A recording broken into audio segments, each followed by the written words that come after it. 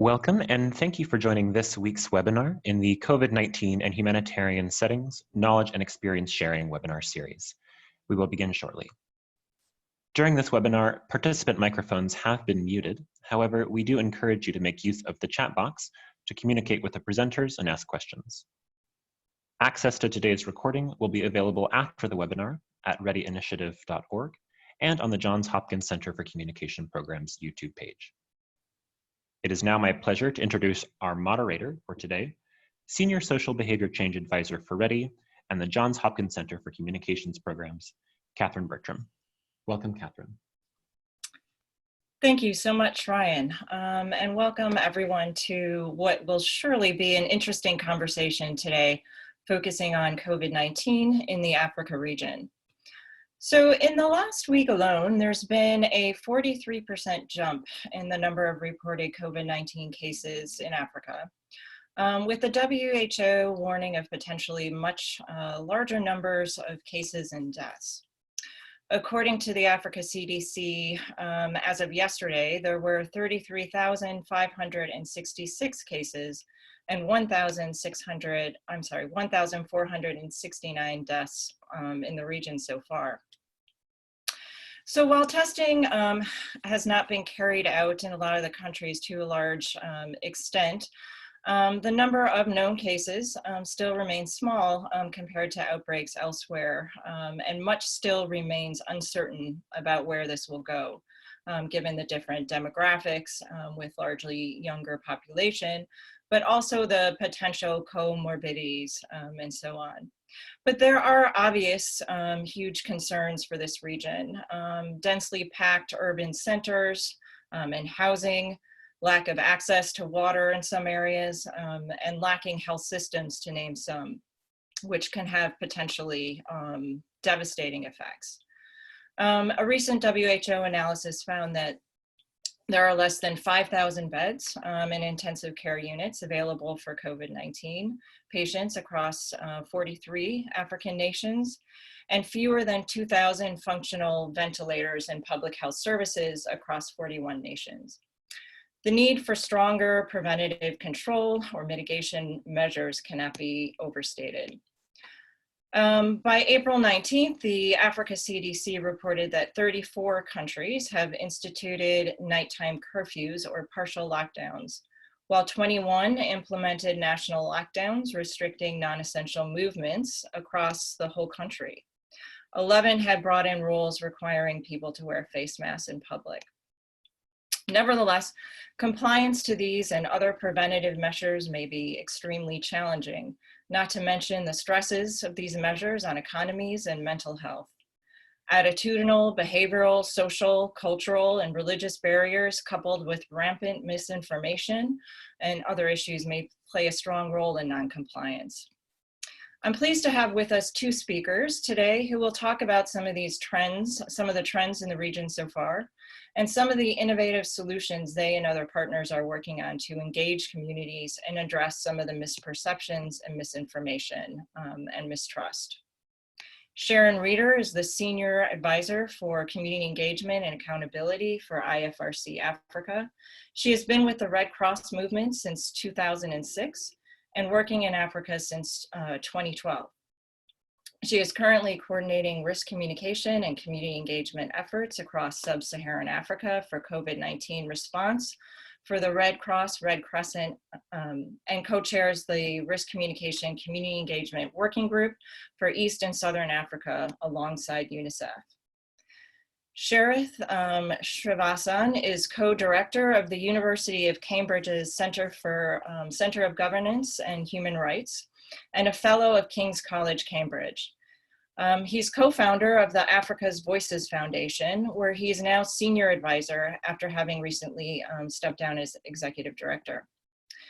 Africa's Voices uses media, digital communications, technology, and social science to listen, understand, and amplify the voices of diverse and dispersed populations across Africa. At Cambridge, he previously oversaw Wellcome Trust's research project on using interactive radio for rapid mixed methods, social insights, and health crises. And learnings from this are now shaping his work in Kenya and Somalia. So Sharon, I'm going to start with you.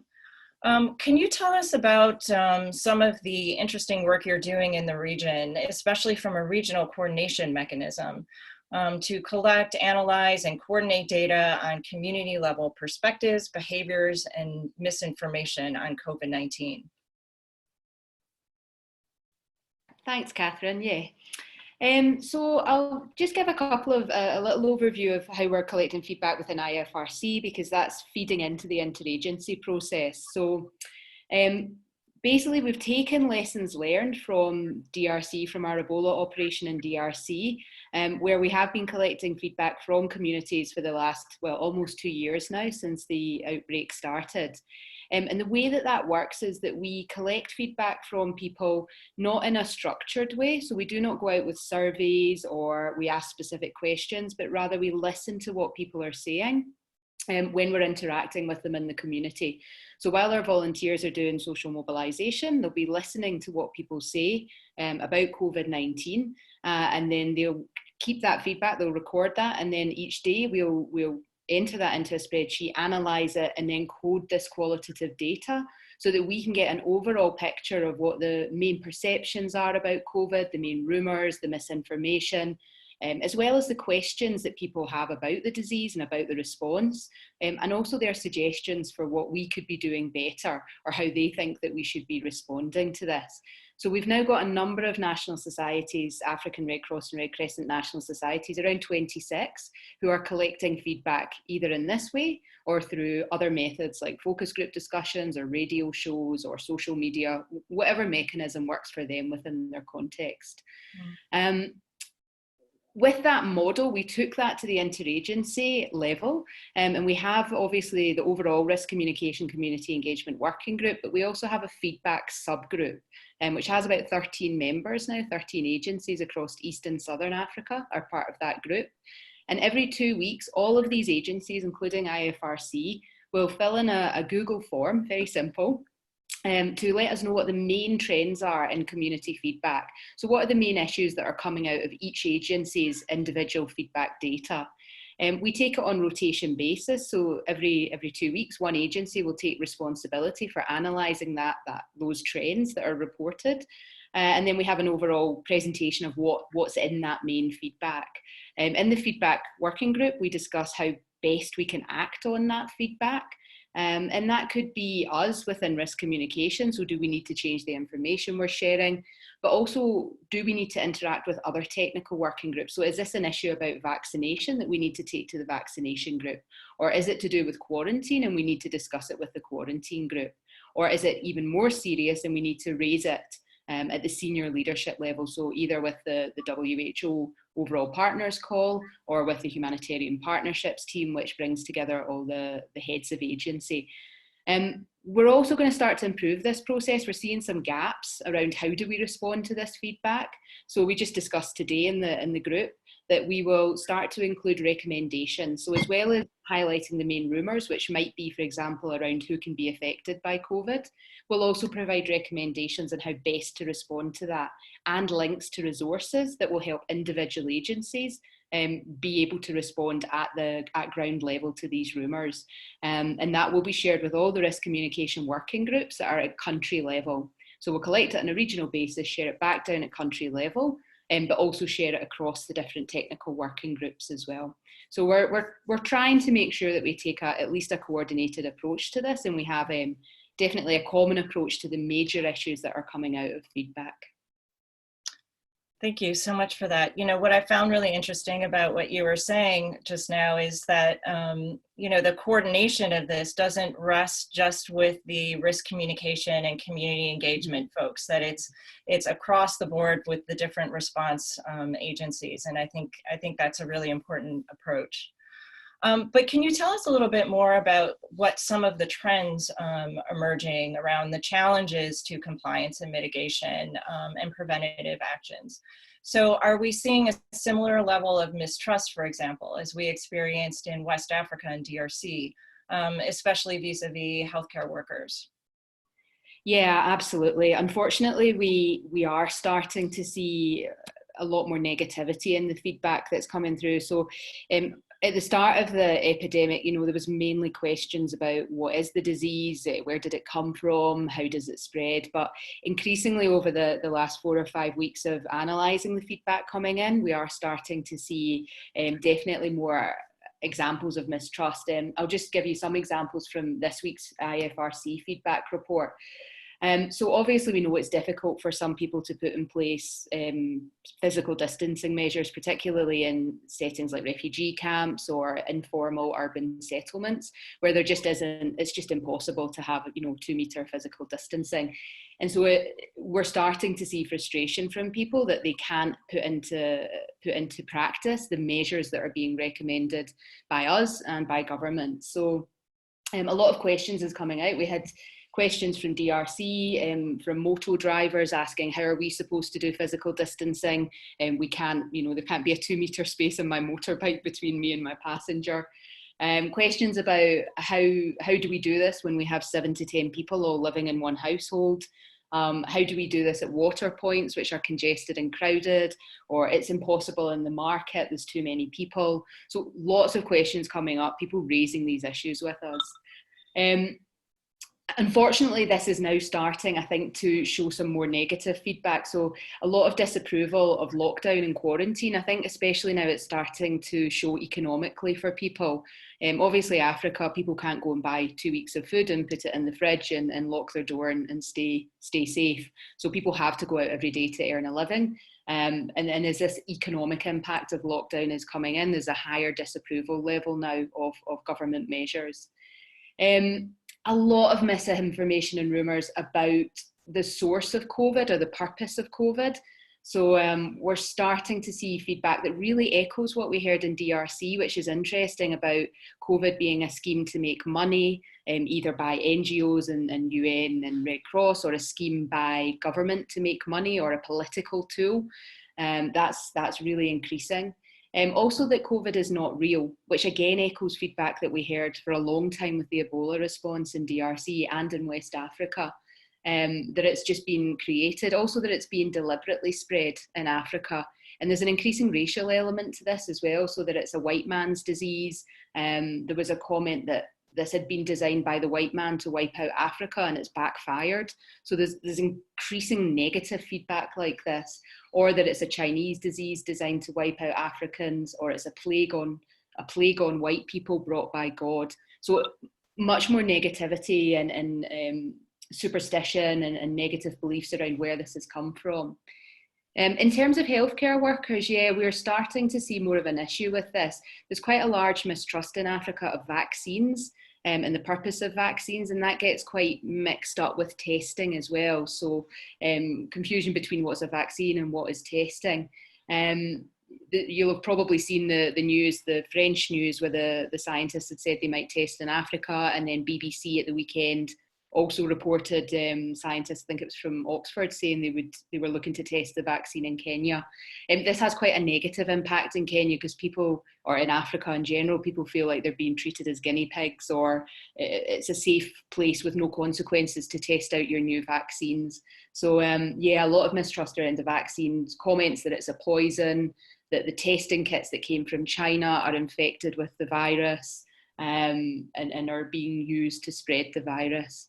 And then just to say, we also heard through our interagency feedback this week, and this was specific to Somalia, that there's a lot of mistrust of people wearing masks. So healthcare workers or members of the public who want to wear a mask, and that if you wear a mask, you're seen as having the virus, and that's why you're wearing the mask.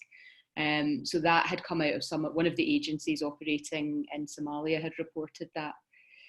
Obviously for us, this is a big issue. It means we need to work more closely with communities. We need to make sure that we are continually collecting this feedback, and it really builds on lessons from DRC. So, some of the key lessons from DRC is that we need to build trust with communities. If they don't trust us, they're not going to listen to what we're saying, our health information, but they also won't come to the health centre for treatment. They won't take the vaccine, they won't be tested, and that can even spill over into a violent reaction as well against staff and volunteers, or against health services as well. And we saw some reports from Côte d'Ivoire of a testing centre that had been attacked and burnt down by the local community because they didn't understand the purpose of it. So we need to really focus on community engagement. This can't just be about us pushing out messaging. It has to be about us listening and having a conversation and taking on board and acting on the feedback and the perspectives and the questions and suggestions that communities have for us. Thank you. I mean, there's so much to unpack there, but that's really interesting. Thank you. But I want to turn it over to Sharath, because you're seeing some interesting things in Somalia. Speaking of Somalia, what are the rumors and risks of negative stigma over there? Thanks, Catherine. Yeah, so I think many of the things that Sharon has just spoken of echo and relate to some of the things that we've seen in Kenya, first of all, where we first worked with interactive radio shows, and then also in Somalia. I guess what I want to do here is just drill down a bit deeper in the Somalia context and give a sense of what I think is important. And I think above all, the most important message is this idea that if we are going to do effective engagement, we are going to effectively listen and tailor a response to the realities of the communities that we're talking about. Understanding what this is from their worldview is a critical starting point. And so in Somalia, I think if you're an internally displaced person on the outskirts of Baidoa in Southwest State, which is in sort of Al-Shabaab, bordering Al-Shabaab territory, this talk of COVID enters into an existing reality of insecurity, of precariousness, of seasonal risks of cholera and acute watery diarrhea, of cyclical droughts, of the current locust plagues, and all the kinds of things that you face on a daily basis. So you don't see a global once-in-a-lifetime health crisis in some of the ways we might see it in some of our places in the world.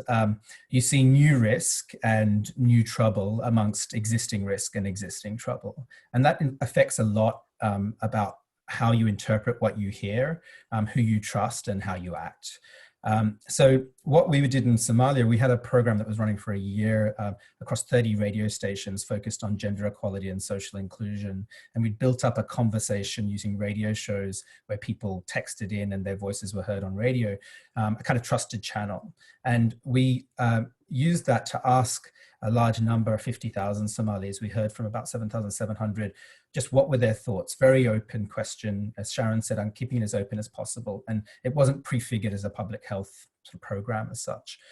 What were their thoughts on coronavirus and COVID-19? And what we got back was two kind of dominant frames. One was very much around religion, seeing this through a religious frame, that it was about trusting in God, following the right practice, and that this would take care of this concern. And another very dominant frame, slightly less so, was around call for right practice, following expertise, following government. And that tended towards younger and, interestingly, somewhat more female people we were hearing from as well. But this question around rumor and stigma was really important, and we saw much more of it in Somalia than we did in Kenya. Over 1 in 10 people had expressed a thought that can be considered misinformation or rumor or negative stigma.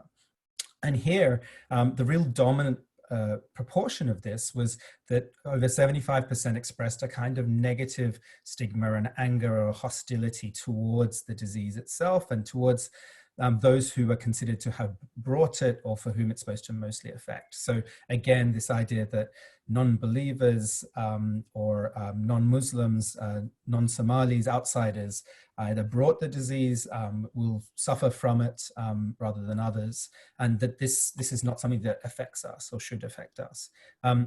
We also saw that kind of negative stigma a bit towards the government and towards health actors as well. And especially with the government's response in curtailing religious gatherings, this was considered also part of a kind of conspiracy against us and our way of life. Now, as I said, 1 in 10 was quite significant. So this was quite a prominent proportion, but it was also more amplified amongst those who were internally displaced, relatively, and more amplified amongst those who are more in insecure regions. And I think that points to a really crucial piece here, which is that this appears to be as much about control, which is to say that in situations of heightened distrust and heightened precariousness, rejection is a kind of coping strategy because there's not so much you do control. So if you can control it by thinking that this is it affects other people, or it's something that I don't anyway have control over because it's in effect a conspiracy as such against me, or I can resort to God, then in a sense it's a form of control, it's a form of coping mechanism that has to be understood as such.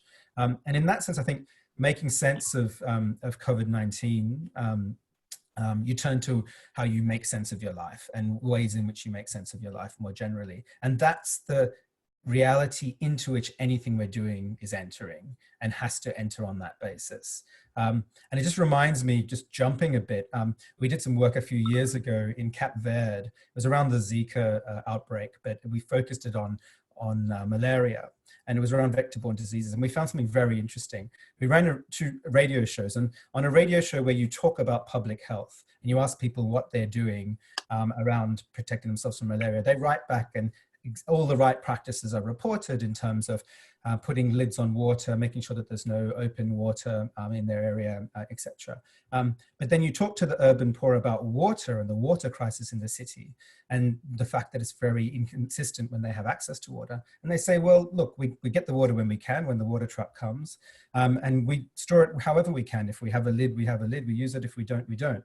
Now, both of those are completely valid ways of dealing with reality, but depending on how we ask the question, as well as what sorts of moral priorities we're allowing for, we get different practices back. And that kind of broader understanding of the realities into which something like this is entering is really crucial.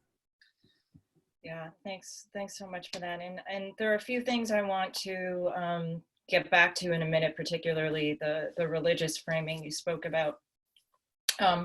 But I want to ask, and you covered some of this already, I think, but given that a lot of communities are very hungry for more information, for clearer information from governments, how can this be addressed, as today messages we receive every day are very confusing? Yeah, I mean, I think, going back to this question of control, I mean, control relates a great deal to trust. So what sources do you trust? And if you're going to gain some control over a situation, you will be thinking about who can I trust here to get advice? What should I be listening to shift from some kind of rejection, which we see in this rumor, negative stigma space, into considering guidance and being open to it, from rumor and misinformation to sort of following health-seeking behavior, in a sense. The source matters greatly. And so who is a trusted source? And I think that varies considerably across countries. We've certainly seen in Kenya, when we hear back the feedback we get, there's lots more of an alignment towards listening to expertise from an academic setting, public health experts, senior civil servants, etc. The kind of authority that might be more open, not necessarily political government, but certainly that idea of expertise being respected and valued to a considerable degree, much more than is obvious in the Somalia context, where religious authority had much more of a hold. But this varies also considerably within societies. So I gave that example of how the frame around right practice and listening to experts and government is a prominent frame in Somalia and is there to be worked with, especially amongst younger populations. But in Kenya too, you see a real distinction. So again, amongst peri-urban communities, informal settlements, people who are, broadly speaking, an urban poor, negotiating a relationship with authority is part of everyday life. So there's a fair bit of distrust already in terms of how you interact with authority around, the fact that you don't even have title to the place where you live or access to basic services, where the police engages with these spaces. And so in that context, trust is going to come from very different sources, community level leaders, others, and not necessarily the ones that we would prefer. So I think the question becomes, for a given priority community of concern, who are the trusted sources of authority, and how do we align those sources of authority around consistent messaging that we care about. So, you know, there's a lot more of a role to play around coordination of that and thinking about how to do that at a strategic level than there is just bleating out the message from one source and saying, well, we can tick that box, we did our bit. And I say that, I think that applies as much to humanitarian and health responders as well, right? There's a tendency to see this through a very siloed cluster sector lens. And as you said earlier, Catherine, I think the importance of RCCE, as it's called, the risk communication, community engagement, across the spectrum of response, rather than as a sort of another siloed piece, is so critical, because it just will otherwise lead to more mixed messages. So I think, you know, one piece there that Sharon mentioned, which is really important, is that if trusted sources of authority matter, trust needs to be built. And you don't get much trust if you're just speaking one way with a community or a population. Engagement is not just about the feedback and how we analyze rumor. Engagement is about how we build trust, and how we listen is actually an act of engaging and building trust that is really recognized, especially by communities who are used to a fair bit of not listening and not trusting. So I think, in a way, why risk communication and community engagement has been brought together, and rightly so, is that we need to be thinking about the engagement piece as a way of building a lasting relationship of trust through which to effectively communicate and hopefully influence practice.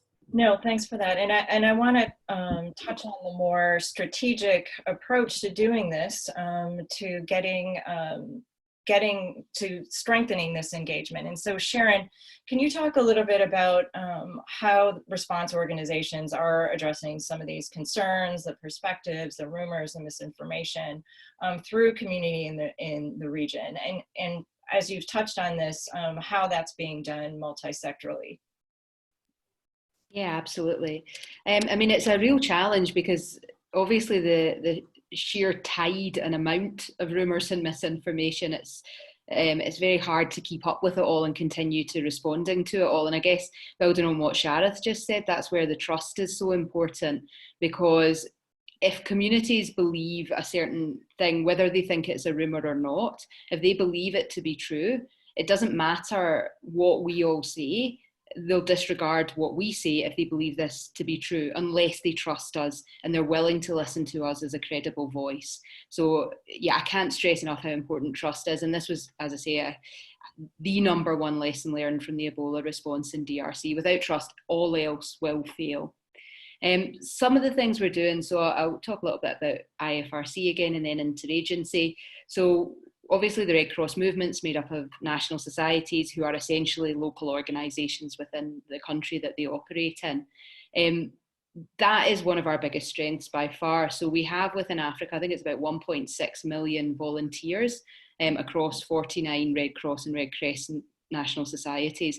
So those volunteers are probably the main way that we within the Red Cross can build trust. These are people that live in local communities, they have neighbours and friends, they go to the market, they'll run workshops with their friends and neighbours and community members. So if we can make sure that those volunteers understand what the rumours are and how to counter them, what the correct information is, then they can be a trusted and credible voice within their community, and help to try and bring calm and reduce some of the fear and panic that exists. So yeah, a massive effort for us in the Red Cross movement is to mobilise 1.6 million volunteers, which is quite a task to achieve, and make sure that they can be out there sharing the right information and also giving us the feedback as well. So making sure that it's a circular process. Some other options that just of those volunteers, social mobilisation is obviously a huge part. That's challenging right now, obviously. A lot of countries now have limited physical access, lockdowns, or it's difficult for volunteers to be out, or it might not be safe for our volunteers to be out doing what they would normally do. So we're more relying, if we're still doing face-to-face where we can, it's much more about door-to-door. And trying to do that safely. So having those one-on-one conversations in a door-to-door way, maybe not going into people's houses, but discussing through windows or outside, and trying to maintain physical distancing. But also having to look at other methods as well. So using a lot of radio, interactive radio, so not just one-way jingles, but actually having interactive radio shows. And Sharath and I will talk a bit more about that at the end, because we're hoping to team up with Africa's Voices to do that. But we're already doing interactive radio shows, so we'll have someone from the Red Cross who can answer questions, who'll take calls from the audience and discuss different topics or issues around COVID. Social media, of course, is increasing, certainly in urban areas and amongst young people. So trying to tap into different social media networks. With those community feedback reports that the IFRC is doing, we're also producing every week a fact sheet using our head of health, Dr. Ben. So we have an Ask Dr. Ben fact sheet every week, which goes out to all national societies as a means of equipping volunteers with the information they need. And we're also doing videos which can be shared on WhatsApp or social media, again with Dr. Ben, and each week we'll address one or two of the major rumours, things like COVID-19 is being deliberately spread in Africa. So trying to tackle some of this misinformation. Many national societies are doing mobile radio as well. So starting to take radio programmes into communities out the back of a truck or a van, and broadcasting that loudly enough that people can just listen from their front garden. Also working with all the existing community networks that exist out there. So making sure that it's not just the humanitarians who know what they're talking about, but actually the community leaders, the religious leaders, mothers clubs, etc.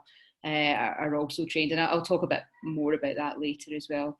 Hotlines, of course, is another way that we can be collecting information back, and also sharing information with people that doesn't involve physical access as well. So yeah, it's really about making sure all the people we have are well trained and can respond to these issues on the ground, but then also making sure that we're continually collecting them, because as soon as the information that we're sharing has no connection to the conversation that's happening at the community level, that's when people will switch off and they'll just stop listening to us, and we'll lose that trust, and then from then on it's a downward slope for us. Thank you so much for that. I want to make sure we have enough time for questions that are coming in, but maybe just a couple of questions before we move on to the audience questions. Sharath, I want to go back to you, especially because, and it's kind of linking to what Sharon was saying also in terms of the interactive radio as well, but the WHO recent released guidance on religious gatherings and recently on Ramadan. And Ramadan had just started. So what can you say about how religion plays a role in this pandemic? And you touched on this already, and I think you wanted to go a little bit more in depth in terms of the religious frame that you were speaking of. So if you can do that, and maybe if you could do it briefly, since we don't have much time, that would be great. Thank you. Thanks, Catherine. Yes, sure, I'll do that. I'll just give a bit more of a sense of a couple of messages we received. And this is in the Somalia context. And as I said, it's about 10 days ago. And as Sharon said, this does move quickly. So this was pre-Ramadan. But I mentioned the religious frame and the fatalist positive sort of version of this, which is quotes that we received from a woman who's 41, who was an IDP from Dainil. My opinion is to trust Allah and every difficulty will pass. And then a male who's an IDP from Galkayo. The Somalis are Muslims. They should pray to Allah and hold Allah Bari, so a Somali ceremony of feasting, praying, and reading Quran. So that's, when we asked for their thoughts on coronavirus, this is what we heard. And I mentioned that, in a sense, the sharp end, the negative stigma is at the sharp end of that religious frame. It's where there is more sense of a lack of control and more anxiety, in a sense. And here, just to quote one quote, someone wrote to us, and it was a male from Quran 31. He said, "I believe that this disease is for non-believers and will not affect Somalia, but the government is making a big deal out of it in order to get money from the world and has put in place repressive measures on the public, like mosques and Dugzis closure. I also believe that this disease is brought about by the diaspora and cannot be easily detected because it breeds from the germs. But as Muslims, we always clean our body because we are expected to offer prayers, and we use the Quran, which is our medicine." And I end on that quote because it captures us so much, right? I mean, about all of the anxiety, all of the fear, all of the rejection. But it ends with the medicine, and the medicine is religious. So it's very important to understand how central this is in this particular context to interpreting, but also acting upon the situation and feeling that one isn't back in control. And in the context of Ramadan, that's heightened. So I think it's a really important frame here that we need to work with and through rather than, in a sense, bypass or work against. And I would put like rejection and anger on one end of a spectrum that moves through a kind of fatalism. It is as God will deem it, through to trusted sources, guidance, including, for example, religious leaders, and all the way to a statement which is, we are all Muslims, we are all Somalis, let's look after our community, let's act in the right way.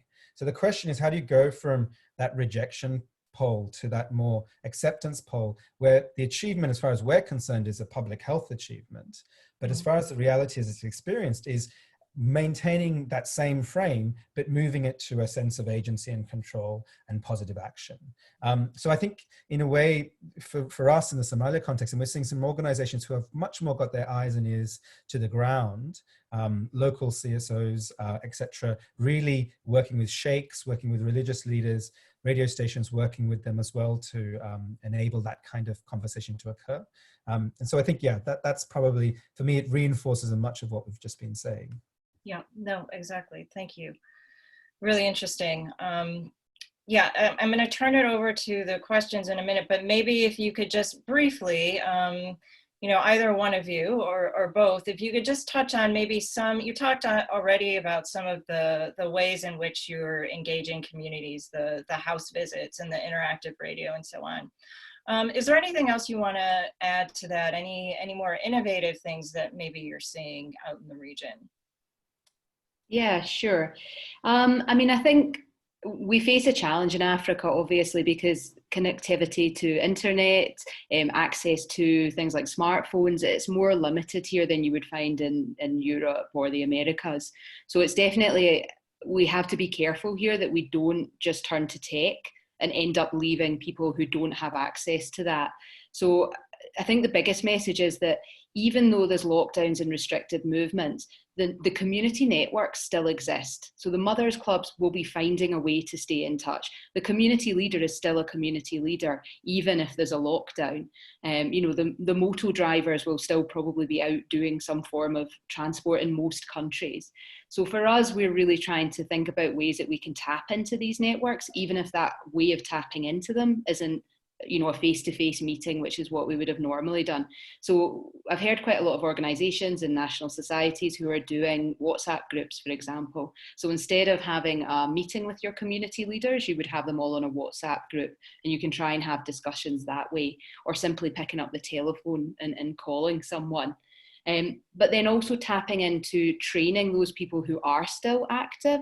So are there gas station workers, market vendors, supermarket workers, pharmacies, who is still out there and who can we train to be able to share accurate, trustworthy information, but also be telling us still what are the perceptions and what are the issues on the ground.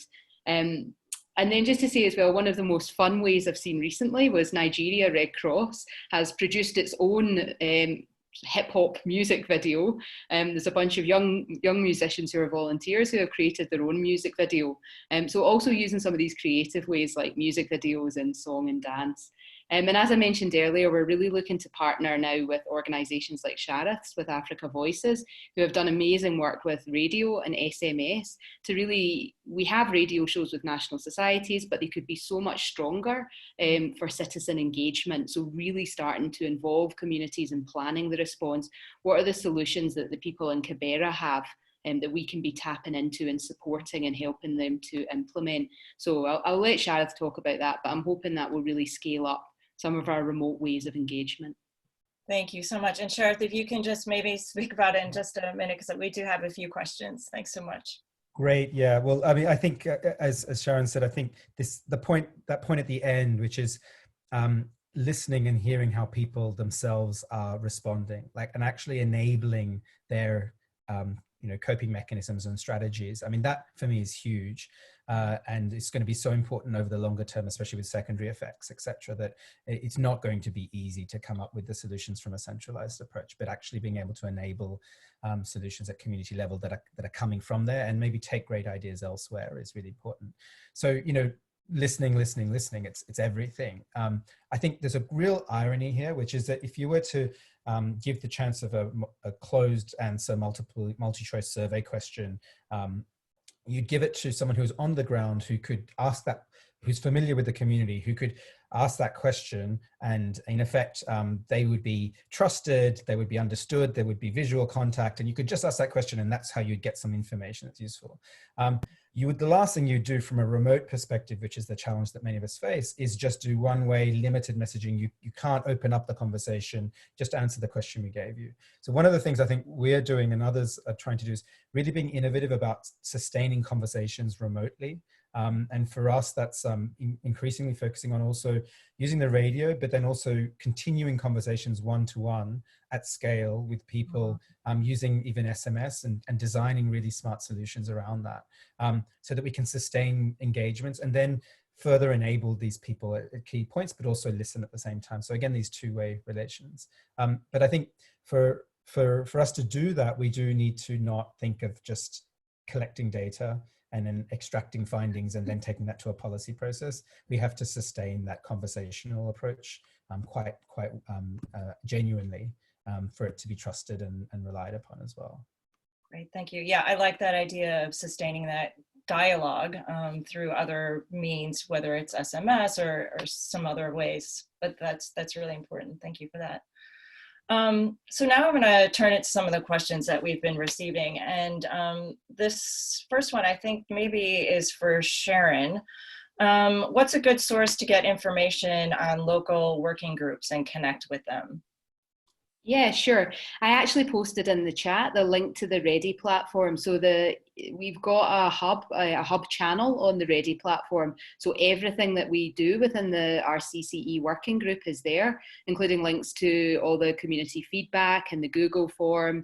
And also there's various guidance notes with different ideas for risk communication and the different areas of discussion that we're having. So anyone who's interested, go on the Ready platform and you can find pretty much what you're looking for there.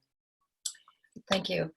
And just to maybe mention as well, the Ready initiative has also developed a risk communication, community engagement toolkit, and that has a link to the various different coordination mechanisms regionally.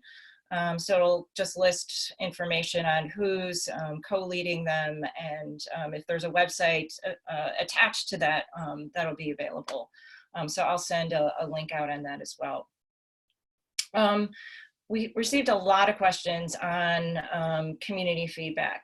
Basically, how do you collect that community feedback with communities, with the lockdowns and technological limitations?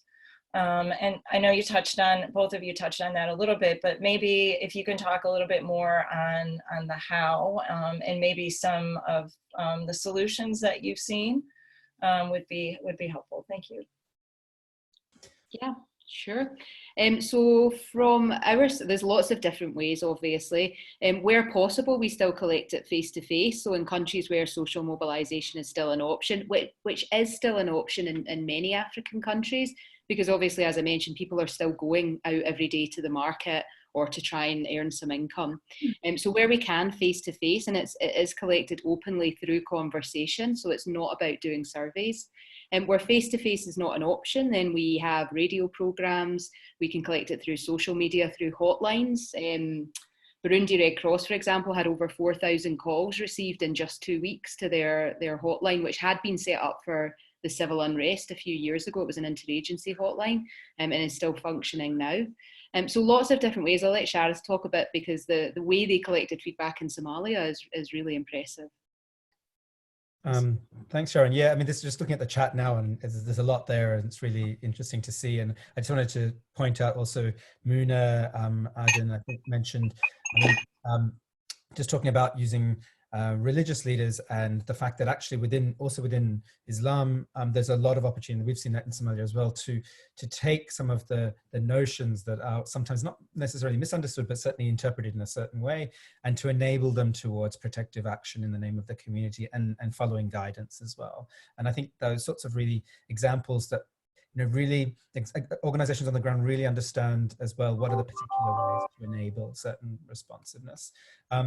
In terms of the feedback, what we've been doing, and this relates to a question that Musa related, which is, call-in radio shows, danger, people, young men calling in and causing trouble, isn't that not the right way to do it? What we found over many years is that you can curate a radio show and give signs to the audience that this is an inclusive discussion space, and bring in more voices and balance this a lot more. But we especially use free SMS to do that, partly because it does allow for those who don't necessarily feel comfortable to have a public voice on radio to text in. It does still have other challenges, as you can imagine, around literacy and phone access. But the more is the better, and radio with SMS is one of the ways to overcome some of the challenges of remoteness. And I think as Bridget said, the source and the messenger matters. So one of the things that we've been really looking at is who can you have on the radio show as an expert guest. In Kenya, we've had a very good virologist who really has a good rapport with the audience, and that worked effectively. And that builds and engages the audience to give more thoughts and feedback as well. In Somalia, I think it would be quite different. There's a radio station that uses a sheikh who's now called Radio Sheikh. We have a sheikh on a show next week as well, very much because that's the most important way to get the audience to feel that they're listening to trusted sources. Yeah, great. Another question came in, it's interesting. Is there any insight into certain demographics where mistrust is more prevalent, and the role of faith groups?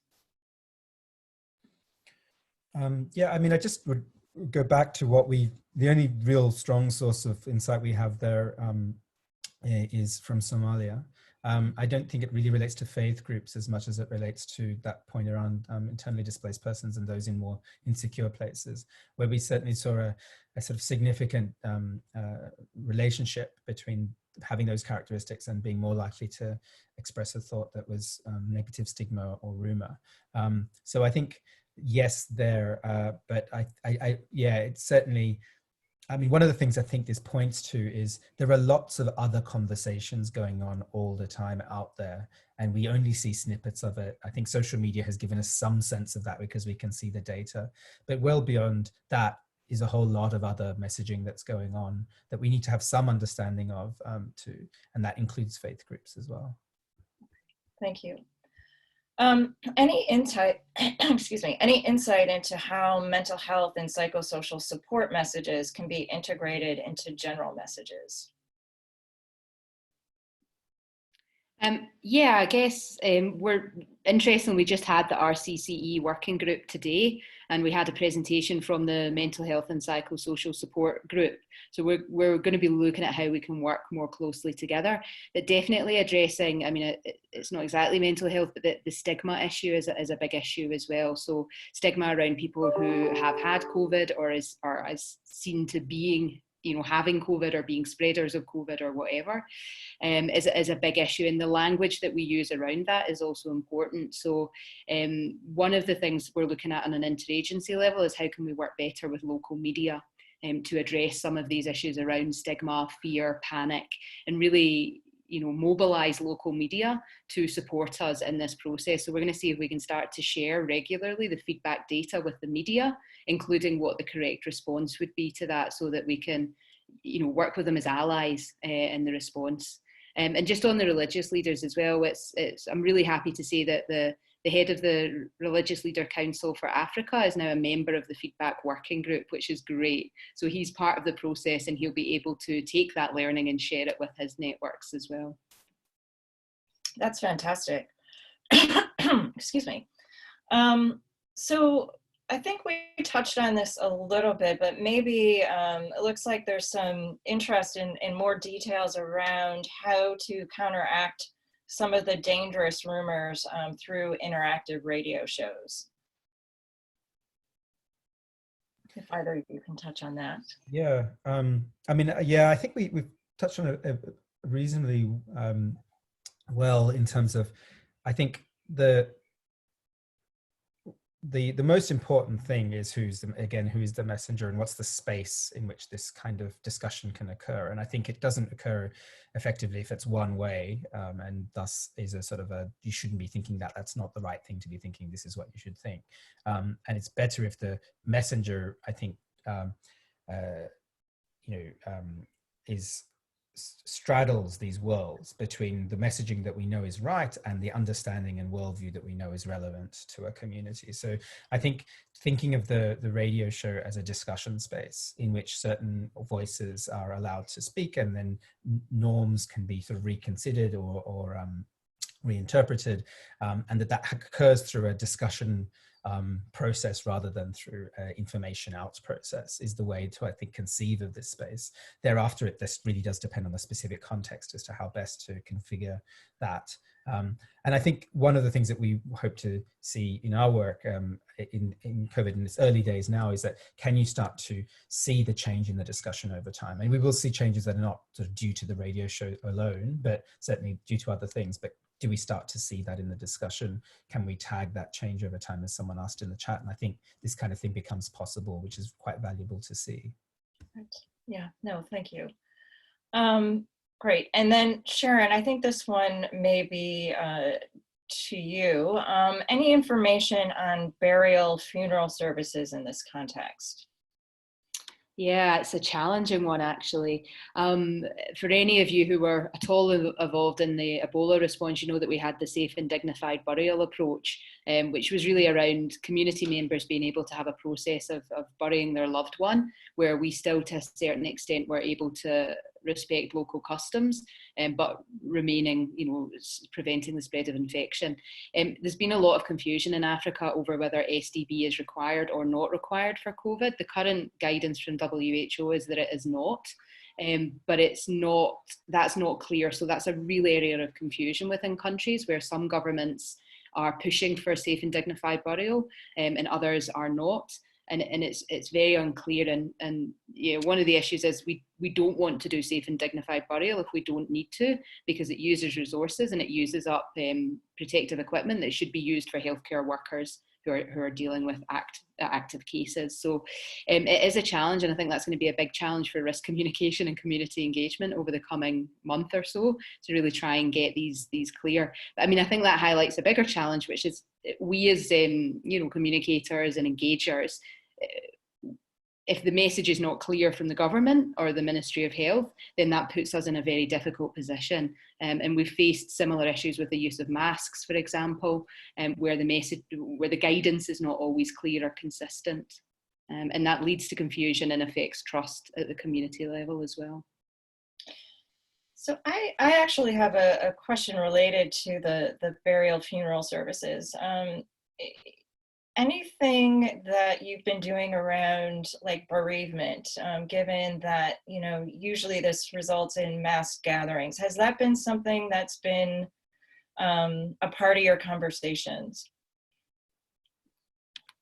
Yeah, again, it's mixed guidance across countries on this. So some countries have banned weddings, funerals, any kind of public gathering, whereas other countries have banned most public gatherings but still allowed gatherings for funerals. So yeah, some national societies, Red Cross national societies, I know, have been trying to, at the branch level, so local branches, make sure that if these funerals are happening, that safe measures are put in place. So there's some form of physical distancing, or anyone who could be infected is kept away from everyone else. But again, it's challenging when the government guidance is not always clear. It's difficult for these to be put into practice clearly and consistently. Thank you. And maybe just one more before we have to wrap up. There's been a question around how to include special interest groups, so women, people with disabilities, and so on, in the messaging that we're providing. I should have mentioned, actually, I forgot to mention that one. Two of our national societies, Kenya Red Cross and I think it was Benin Red Cross, had Kenya, Benin and Burundi have been doing work with deaf communities. So they have some volunteers who can use sign language. So they've been training the communities themselves on COVID information so that can be spread within the deaf community themselves. So there's definitely been considerations about how to, and as I said before, not leaving people behind who don't have access to mobile devices, which in many countries can be women. So making sure that we use a range of approaches. So, you know, you'll never reach everyone with one communication channel. So we need to really be quite innovative and creative and use a mix of different methods to make sure that that conversation can happen with all the different groups. Yeah, absolutely. Well, Sharon, I want to thank you so much for this very rich conversation, really interesting information, and we certainly really appreciate it. Before we end this webinar, I want to turn it over to Paul Spiegel, who will give a few closing remarks. Great. Hi everyone. And firstly, Catherine, Sharath, and Sharon, thank you very much. That was really, really, really interesting. Brings up a lot more questions, in fact, but it's been incredible to hear from all of you, and particularly the two of you in the field. And so it's really, really appreciated. Also, just thank you to Ready, London School, Tropical Medicine Hygiene's, Geneva, Sarah, and also, of course, Hopkins for hosting all of these webinars. Next week, we will be having, Francesco Cecchi will be putting together a webinar on case management and the complexities of case management in different settings. And otherwise, please go to the Ready platform where, as well as CCP, where this video will, in the next couple hours, be put on so you can all hear. And then perhaps I'd like to just end by mentioning that we have a platform that we have just launched called COVID-19 humanitarian.com. And the idea of this platform is to help and accentuate what the webinars are doing, which is trying to share context-specific adaptations of interventions and innovations in the field. Because as Sharath and Sharon have been clearly showing, so much is going on, but it's extremely hard for everyone to understand what is happening and try to adapt to their context. So thank you, everyone, and we look forward to seeing you next week. Thank you very much. Thank you. Thank you.